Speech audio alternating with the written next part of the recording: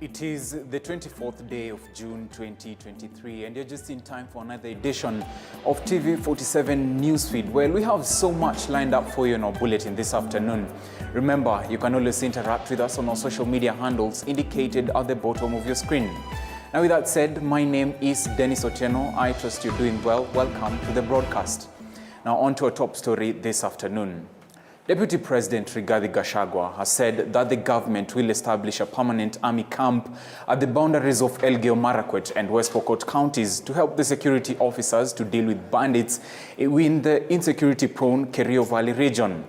Now, the Deputy President added that the military will stay in the North Rift region, which has witnessed insecurity for a long time, promising that the government will continue to deal fully with the criminals who have set back the development in the area. Leaders from Elgeyo Marakwet County have asked the government to place infrastructure in the area, such as the construction of the Aror and Kimorer dams, which will contribute greatly to the growth of the area's economy. Hii ujinga ya wizi ya ng'ombe, ya kuua watu, ya kuua watoto itafika mwisho. Tunaomba radhi, mtuiwe radhi kidogo, tumechelewa kidogo lakini tulikuwa tunapanga. Waziri wetu wa usalama Profesa Kithure Kindiki amepiga kambi hapa katika Kerio Valley. Na wa sasa tukiongea mlio wa risasi umekoma. Kweli ama uongo? Na utakoma milele. Serikali ambaye itamaliza ukora na wizi wa ng'ombe na kuua watu kiholela ni serikali ya William Ruto. Na mimi nataka kutoa ahadi. Wale bandits walikuwa nafikiria ati tutakuja siku chache, alafu tuchoke, alafu tuende. Mtachoka. Sisi tuko area for the next 5 years. Kerio Valley. Uliniambia na rais niende na Kindiki pale Kerio Valley na wabunge. Tumefika huko na ulitusaidia sana. Usalama imefika. Bado tunaomba kambi ya jeshi karibu 2 ama 3. Tukimaliza hiyo maneno, Kerio Valley inakuwa peaceful, tunaenda pale na wewe ili tufanye kazi. Jeshi hapo mwisho inaitwa Kabena hapo. Hata ukiweka kama 20, sisi hapo tunaanza kufanya maendeleo. Pia kuna ile mabwawa mawili ambayo wewe unajua ilituma watu wengi nyumbani. Tukipata hiyo mabwawa, hata sisi hatutaitisha kitu kingine chochote kwa serikali. Tutaenda mashambani, tulime na tulishe Kenya mzima. Meanwhile, President William Ruto has completed his 2-day new Global Financing Pact Summit held at the Elysee Palace in Paris, France. The president held a bilateral meeting with the President of France, Emmanuel Macron, where he called for restructuring of relationship between Africa and the Western countries and the international financial institutions. The president insisted that Africa is resourceful and ready to chip in the growth of the world's economy.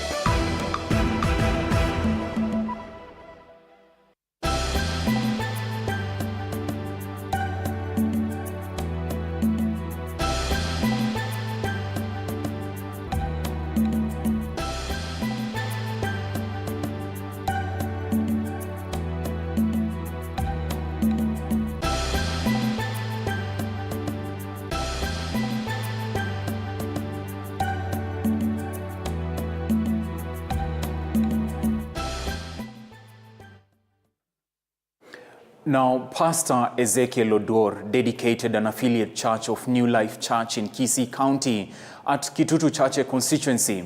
Odor said that the community had a positive attitude towards the church. The church had acquired 13 acres of land at Matieko in Mosocho. The church will have the residents to benefit from the development which will be put into place. The clergy thanked the community for overwhelming support to the church to realize its dream. The clergy were accompanied by the defense lawyers Dunstan Omari and Cliff Ombeta during the dedication.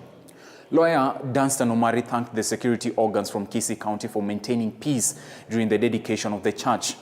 Earlier on, the security organs had cancelled the crusade, which was scheduled at Machakos County.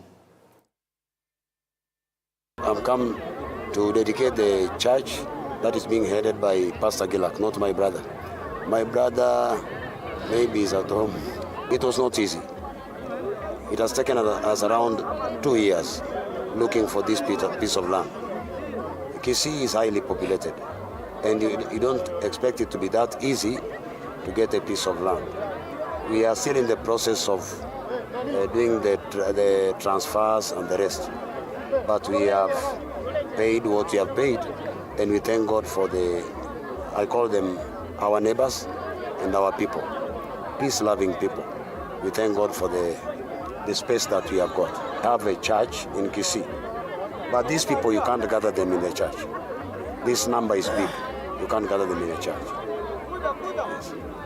The defense team of Ezekiel was present today. Remember, the first time after Ezekiel was released, we asked for a permit for Ezekiel to go to Machakos to do crusades there. The security organs cancelled the rallies.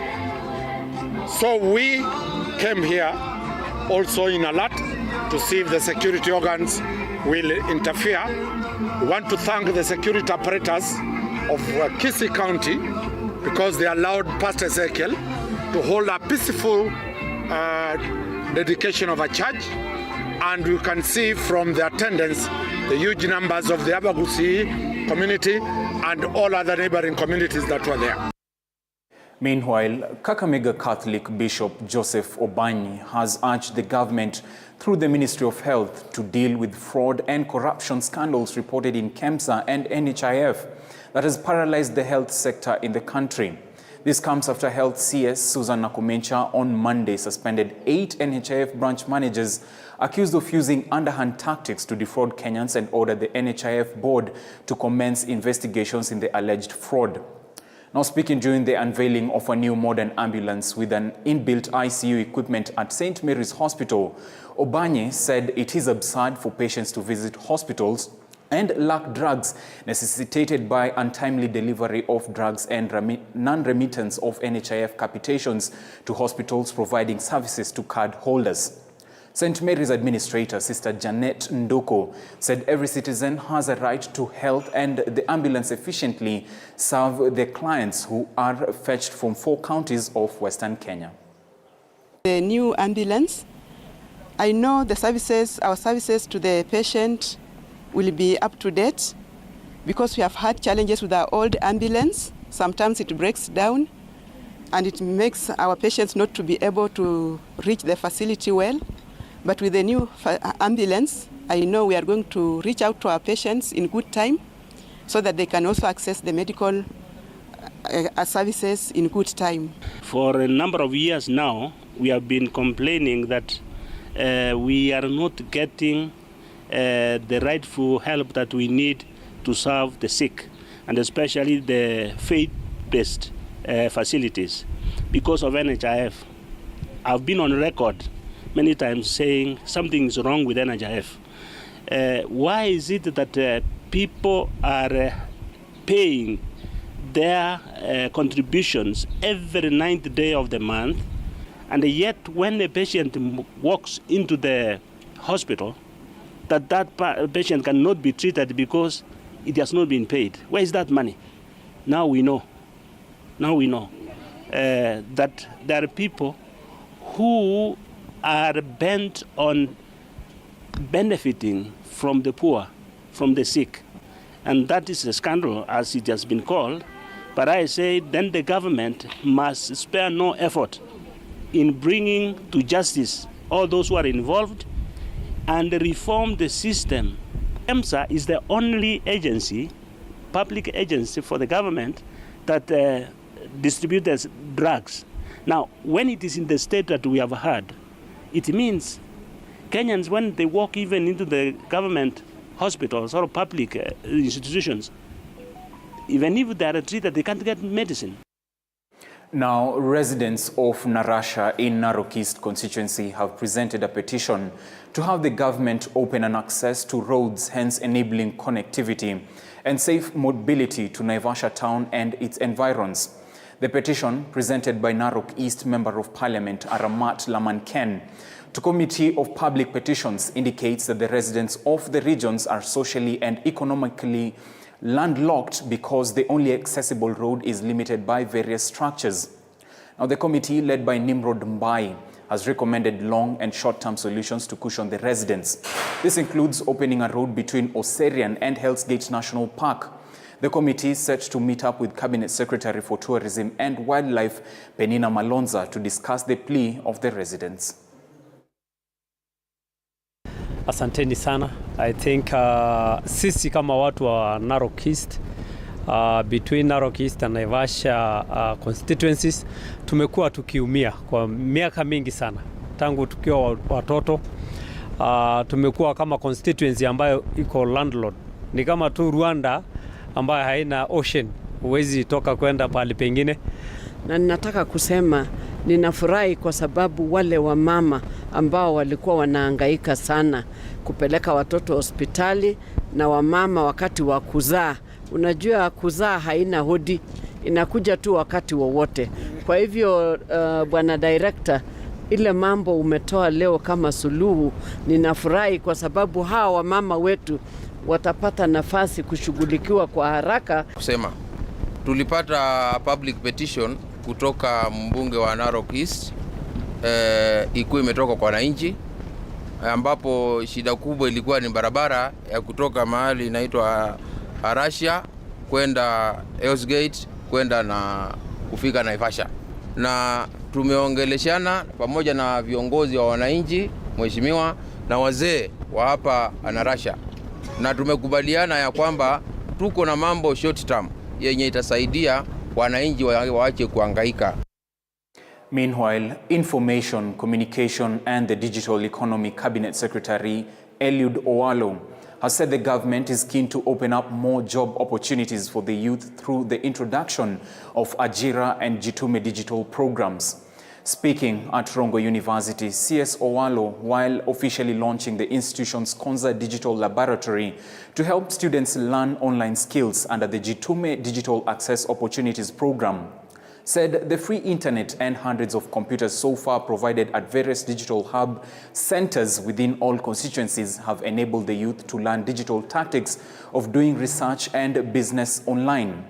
The event was also graced by the Principal Secretary ICT John Tanui, Konza Technopolis Acting CEO John Okwiri, Rongo University Vice Chancellor Samuel Godo, and Migori County Commissioner David Gitonga, among other senior government officials. Jitume program, digital program, is a program through which we empower our youth to not just become learners, but they also become earners in the digital space. And you don't need to wait until you finish learning to start earning. You start earning when you are still doing what? Learning. So you instantly transform from a learner to an earner. This is a game changer for our country. It has never happened. We're going to establish in each and every ward in this country a digital laboratory for our youth, so that our youth can exploit their full potentials. We will establish a total of 1,450 digital laboratories. Digital literacy program, seriously, because that is the future. That is the future. Global economies, global powerhouses, economic powerhouses have done it, and there is no reason why Kenya should be an exception. We are extending this to reach all the other institutions because we still have many institutions not connected to the broadband. So this is one of the objectives we are doing to connect them. And additionally, we are providing facilities to enable you to take advantage of what is in the internet. There is huge opportunities in the internet. It's just to urge all the young people to take advantage of the facility, ensure that you get the training, and let's use the laboratory to the fullest, to the maximum. Elsewhere, Makueni County has organized a two-day exhibition of natural foods as one of the ways to encourage the residents of Ukambani and its surroundings to embrace a clean diet and protect themselves from foodborne diseases. Speaking when he led other Makueni leaders, the Makueni County Governor Mutula Kilonzo Jr. said that his government has put in place strategies to ensure that the residents of Makueni embrace this plan. A statement supported by the county woman representative in the National Assembly, Honorable Rose Museo. Juu ya utamaduni wetu kama Wakamba, hilo ni jambo ambalo ni muhimu na ni jambo nzuri, na Mheshimiwa Governor, pongezi, kongole, twakupenda. Asante. Kila ningesema ni kwamba tumshikilie gavana wetu ili akaweze kutufanyia kazi, na najua kwa hakika Makueni tutaenda mbali. Mimi jambo ambalo ninaomba ni hili, kitu muhimu kama hiki cha county ambacho kimetokea, tafadhali Minister wa Trade, na kuomba wakati mwingine unaweza kunihusisha ndio nilete wamama wengi waje kusoma mambo kama haya na waje kushangilia serikali yao, kwa maana ni jambo zuri na la kupendeza. The Cabinet Secretary for Mining, Blue Economy and Maritime Affairs, Salim Mvurya, has flagged off the first consignment of processed fish from Kwale County. Mvurya said that the export is a milestone for the coast region, which is now tapping into the new opportunities offered by the blue economy sector.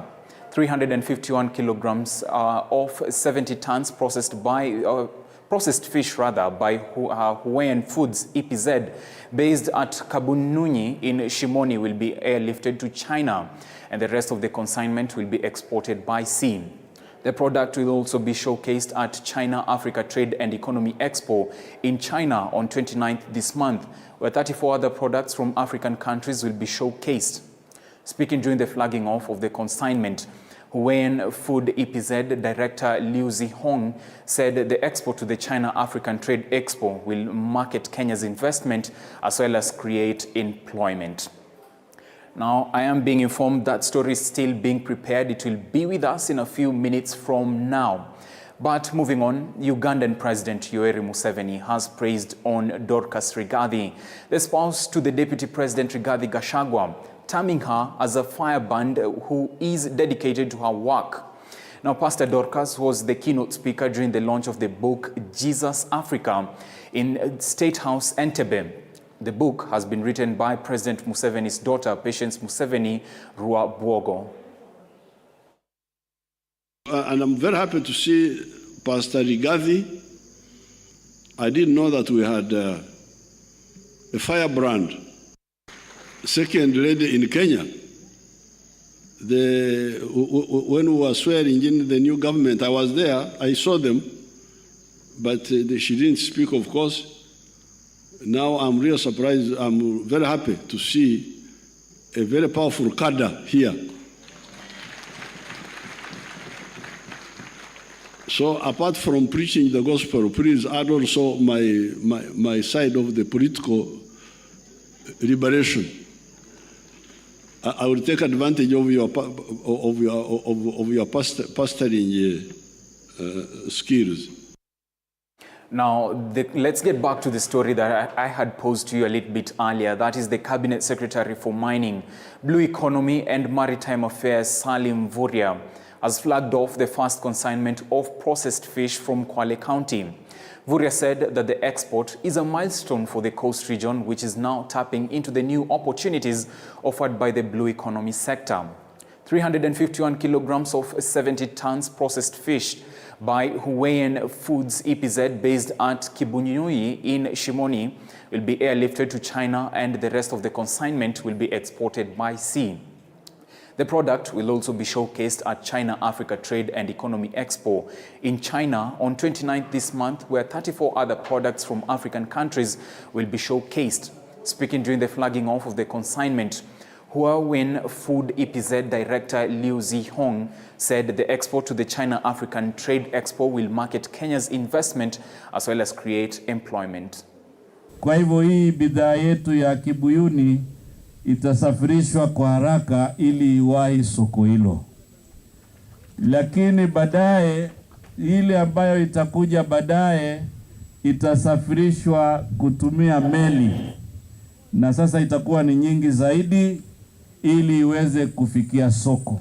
Imani ya serikali ni kupatia ajira wananchi wetu, vijana wapate kazi na uchumi uweze kuimarika. We can have the local fishermen by buying as much as they catch.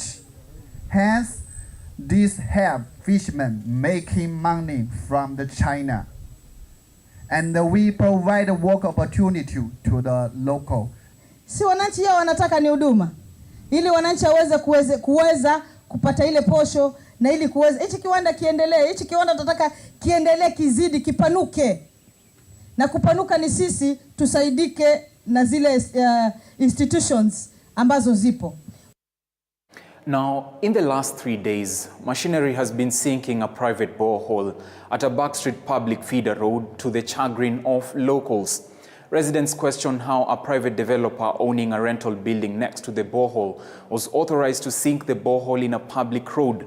They have faulted the NEMA and the county government and claim the developer is politically connected due to his deep pockets. Also, the work has affected at least 20 nearby businesses as the dirt water flows on the adjacent feeder road, making it impassable. Muddy water has flooded the entire Biashara street. Traders claim they were not consulted nor public participation undertaken, enlightening them of the questionable project. Mimi ni mkazi wa hapa, niko na salon.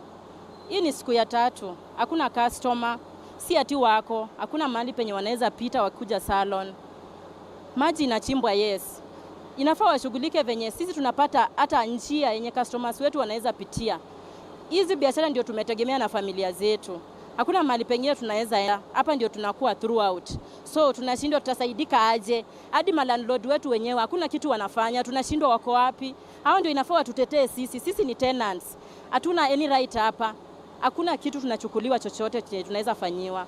So tunashangaa haki yetu iko wapi?